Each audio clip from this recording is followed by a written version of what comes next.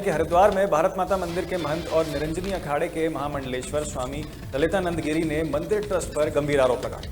उन्होंने कहा कि मंदिर की व्यवस्थाएं संभालने वाले आईडी शास्त्री उन्हें बेदखल कर ट्रस्ट पर संपत्ति के खुर्द-बुर्द का आरोप लगा रहे। ललितानंद गिरी का आरोप है कि मंदिर की गलत गतिविधियों का विरोध करने पर उन्हें बाहर किया गया है, जबकि उन्हें संत सत्यामित्रानंद ने महंत बनाया था। वहीं ट्रस्ट के सचिव आईडी शास्त्री ने इन आरोपों को निराधार बताते हुए कहा कि उन्हें संपत्ति खरीदने बेचने का कोई अधिकार नहीं है। कि मैं कोई ना तो मैं षड्यंत्र कर रहा हूँ ना कोई ऐसी बात है। कल हमारी छठ की पुण्य तिथि गुरु जी की थी। कल आप लोग भी आए थे, पूरा मंच था, संत समाज था, उनको भी आदर सत्कार से वो बैठे थे, उनका भी स्वागत हुआ है जी। और उन्होंने सब जितने भी महामंडलेश्वर थे और अपने जो शंकराचार्य जी थे उनके साथ बैठ के भोजन प्रसाद लिया है और जो सब काम सम्मान करते हैं उनका भी सम्मान हुआ है। इतनी कल बात हुई और मेरी कोई बात नहीं। तो बहुत आशीर्वाद साधुवाद। देखिए हमारे संतों में कहावत है, रात गई बात गई। रात अब हो चुकी है और बात भी समाप्त हो चुकी है। और मैं शायद आपको कहता रहता हूँ, संत बड़े परमार्थी शीतल जिनके अंग, तपत बुझाए और की दे दे अपना रंग। हम संत है, वाद विवाद हो जाता है, लेकिन हमारा वाद विवाद कुछ पल के लिए होता है, ज्यादा नहीं होता है।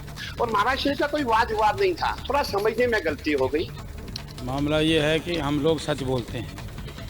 हमने मीटिंग में बोला, जो भी काम गलत होता था बोला गया, जिस वजह से वो हमारे खिलाफ हुआ। आचार्य जी से भी हमने कई बार बोला। गुरु जी ने मेरे को स्वयं महंत बनाया, तो गुरु जी को कैसे चैलेंज कर रहे हैं वो? गुरु जी की बात को क्यों वो कर रहे हैं वो? जब गुरु जी ने हमारे को महंत बनाया, सेवा के लिए महंत बनाया, वहाँ की व्यवस्था के लिए महंत बनाया, सबको पता वहाँ की व्यवस्था में हम होते थे। एक दो प्रोग्रामों से हमारे से कोई चर्चा नहीं होती, ना कोई जिम्मेवारी दी जाती, ना कोई ड्यूटी दी जाती। हम अपने आप को बहुत शर्मिंदा महसूस करते हैं। तो वहीं कांग्रेस के प्रदेश उपाध्यक्ष आर्योन्द्र शर्मा ने सेलकुई में एक प्रेस वार्ता के दौरान भाजपा सरकार पर जमकर निशाना साधा। उन्होंने तृतीय पंचायत चुनाव आरक्षण प्रणाली पर सवाल उठाए और उन्होंने कहा कि नियमित विरुद्ध तरीके से बनाई गई है। उन्होंने आरोप लगाया कि सरकार के आरक्षण तय करने में पारदर्शिता नहीं की, जिसकी वजह से कई सारे संभावित प्रत्याशी चुनाव लड़ने से वंचित रह गए। कि हमने पहले तो त्रिस्तरीय पंचायत का चुनाव का आरक्षण जो हुआ है उसको लेके हमने आपके सम्मुख सभी अपनी बातों को रखा है कि आरक्षण जो है वो गलत तरीके से किया गया है। 10 तारीख को जियो कुछ और कहता है, 11 को आपका आरक्षण तय किसी और जियो पर होता है। तो इसमें घोर अनियमितताएं हैं। सरकार की मंशा क्या है ये सरकार स्पष्ट करे। और कई आपत्तियां लगाई गई पूरे क्षेत्र पूरे पछवाड़े में, लेकिन उनकी सुनवाई का समय बहुत कम था। आपने उनकी सुनवाई खाली फॉर्मेलिटी की है, उनको ध्यानपूर्वक और कानूनी रूप से आपने नहीं सुनाया। दूसरी हमारी मांग थी कि यहाँ पर नशाखोरी बहुत तेजी से बढ़ रही है, इस पर शीघ्र कार्रवाई की और कानून व्यवस्था को और जो है वो मजबूत किया जाए कि कानून व्यवस्था की स्थिति बिगड़ रही है। अवैध खनन जो है बहुत बड़ी मात्रा में यहाँ से सुनवाई होती है पछवा दून में, उस पर रोक लगाई जाए। और यहाँ हमने स्थानीय जो संस्थान है उसमें अपने स्थानीय बेरोजगारों के लिए और शिक्षण संस्थान में पढ़ने वाले बच्चों के लिए यहाँ के लिए स्पेशल छूटों, उनके लिए फीस से लेके उनके एडमिशन में उनके लिए छूट दी जाए। चौथी हमने कूड़ा घर के निस्तारण की बात की, जो सरकार कहती है वो सफेद झूठ बोल रही है, लगातार यहाँ की जनता को गुमराह किया। आज रविवार को रुड़की की रामपुर चुंगी पर हुई 2 घंटे की बारिश ने नगर निगम के दावों की पोल खोली। कई फीट तक जलभराव होने से लोगों को जाम और गाड़ियों के खराब होने की समस्या का सामना करना पड़ा। शहर के कई घरों में भी पानी घुस गया, जिससे काफी नुकसान हुआ है। ये रामपुर चुंगी है और हर साल ऐसे ही पानी भरता है यहाँ।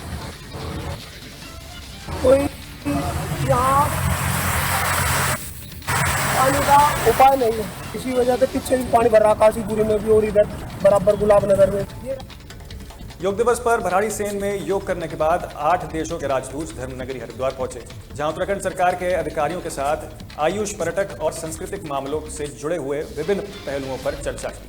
बैठक के बाद सभी राजदूत हरिद्वार के विश्व प्रसिद्ध हर की पौड़ी पहुंचे, जहां उन्होंने गंगा आरती की शिरकत की। इन डेलीगेट्स में रशिया, मंगोलिया, नेपाल और फिजी जैसे देशों के राजदूत शामिल हैं। का रिश्ता हिंदुस्तान से ऐतिहासिक, धार्मिक, सांस्कृतिक कोई 140 वर्ष से ज़्यादा हमारे संबंध, इसलिए भारत को यहाँ से ले जाया गया था ब्रिटिश के समय में, और तब से प्रतिदिन रिश्ता कायम हुआ। I would love to congratulate the government of Uttarakhand with arranging such a beautiful program for all of us, for our fellow diplomats from Delhi as well. So the arrangements are perfect. Impressive work that has been done to organize the International Yoga Day, to organize all the experiences, and the visit is really, really engaging in all the cities, multifaceted. Great job. Thanks a lot for helping us to know more about Uttarakhand, about the rituals, about the spirituality, about yoga, about Ayurveda, about food, about everything. Amazing. Roorkee कोतवाली क्षेत्र के Solani park के पास गंगा नहर में नहाते समय भगवानपुर थाना क्षेत्र का शुभम नामक युवक डूबने लगा। शुभम को डूबते देख उसके दोस्तों ने शोर मचाया। तुरंत ही पास के भट्टा चूना बेचने वाले ने उसने जान में जोखिम डालकर नहर में छलांग लगाया। मोनू ने साहस दिखाते हुए शुभम को डूबने से बचाया और उससे सुरक्षित बाहर निकाला। यह आपने एक लड़का बचाया है नहाते हुए, वो कैसे डूब रहा था? वो नहर पार कर रहा था, सेकी ने कर रहा था, दोस्तों के साथ आया था, 3 दोस्तों का भगवानपुर का है वो, तो नहर पार कर रहा, नहर पार करते हुए डूबने लग गया। इधर से उधर मेरी दुकान है शायरी, तो उसे डूबते हुए देखा, सीधा एकदम कूदा हूँ, उसे बचाया हूँ। अच्छे राहुल अपना नाम बता रहा, भगवानपुर साइड से रहना। देहरादून में आज क्लेमेंट टाउन थाना क्षेत्र के आशारूढ़ी इलाके में एक भीषण सड़क हादसा हुआ। तेज रफ्तार मारुति कार की सीमेंट के लदे ट्रॉली से टक्कर हो गई, जिसमें हरियाणा के 4 युवकों की मौत हुई, जबकि एक गंभीर रूप से घायल बताया जा रहा है। पुलिस के अनुसार यह हादसा सुबह उस वक्त हुआ जब हरियाणा नंबर की कार सहारनपुर से देहरादून आ रही थी और आशारूढ़ी के पास अनियंत्रित होकर ट्रॉली से टकरा गई। टक्कर इतनी भीषण थी कि कार के परकच्चे उड़ गए। पुलिस ने शवों को पोस्टमार्टम के लिए भेज दिया है और जांच में तेज रफ्तार और ओवरटेक में की कोशिश को हादसे की वजह बताया जा रहा है।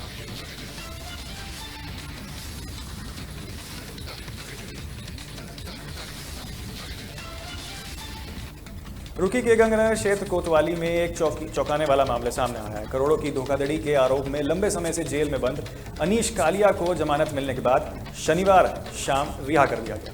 उसकी रिहाई पर समर्थकों ने जेल के बाहर जमकर आतिशबाजी और हुड़दंग मचाया, जिससे हाईवे पर भारी जाम लग गया और लोगों को परेशानी हुई। इतना ही नहीं, समर्थकों ने इसके बाहर हूटर बजाते हुए पूरे शहर में जुलूस निकाला, जिससे आम जनता की और दिक्कतें बढ़ गई। जेल के बाहर आतिशबाजी का एक वीडियो सोशल मीडिया पर खूब जमकर भी वायरल हो रहा है।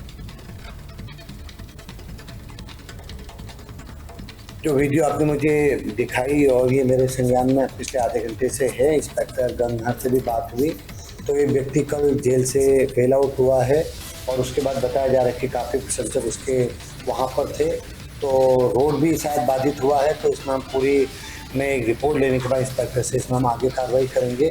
तो ये अगर कुछ इलीगल है, ऑपरेशन लगाम भी हमारा चल रहा है, अगर रोड बाधित हुआ, अनावश्यक तौर पर गाड़ियों में होटल लगे थे, तो उसमें हम लीगल कार्रवाई जरूर करेंगे।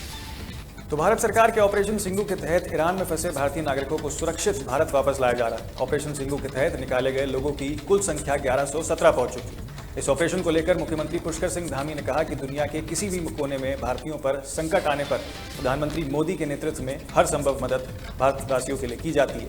उन्होंने विश्वास जताया कि भारत सरकार ईरान में फंसे हर एक भारत नागरिक को सुरक्षित वापस लाएगी।